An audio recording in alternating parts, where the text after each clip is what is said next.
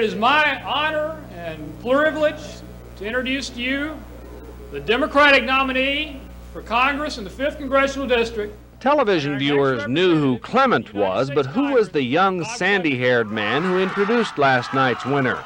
Clement knew, and knew his worth. And to the finest campaign staff, and I can't say enough about our campaign manager in this race, Kent Syler. 29-year-old James Kent Syler had a lot to feel good about today. As Clement's campaign manager, he had steered a badly outspent and politically battered campaign to victory. Syler and Clement go back a long way. I was Bob Clement's sound truck driver in 1978. I drove from Mountain City to Memphis in a van with speakers on the top of it, playing Bob Clement jingles and asking people to vote for him. And I remember, I think one of the lessons I learned in that race was that it is tough and hard to lose.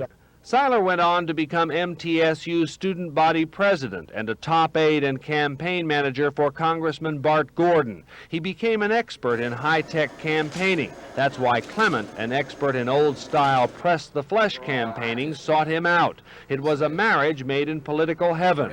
Things were a little outdated. We didn't quite have the technology. We had the advantage of the tradition with the name and with the heritage and the proud family tradition that he's got and the proud record that Bob built in public service, but we didn't have the high tech. What Syler did was bring in a full-time pollster, a media consultant, computerized voter lists, and a state-of-the-art phone bank operation.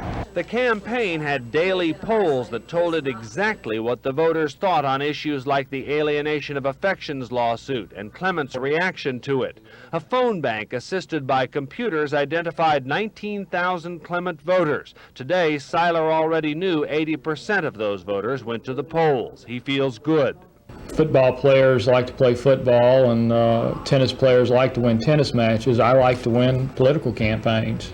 Kent Syler isn't looking for a job with Clement. He already has one he'll go back to with Bart Gordon. He says he's doing this out of friendship because Clement asked him.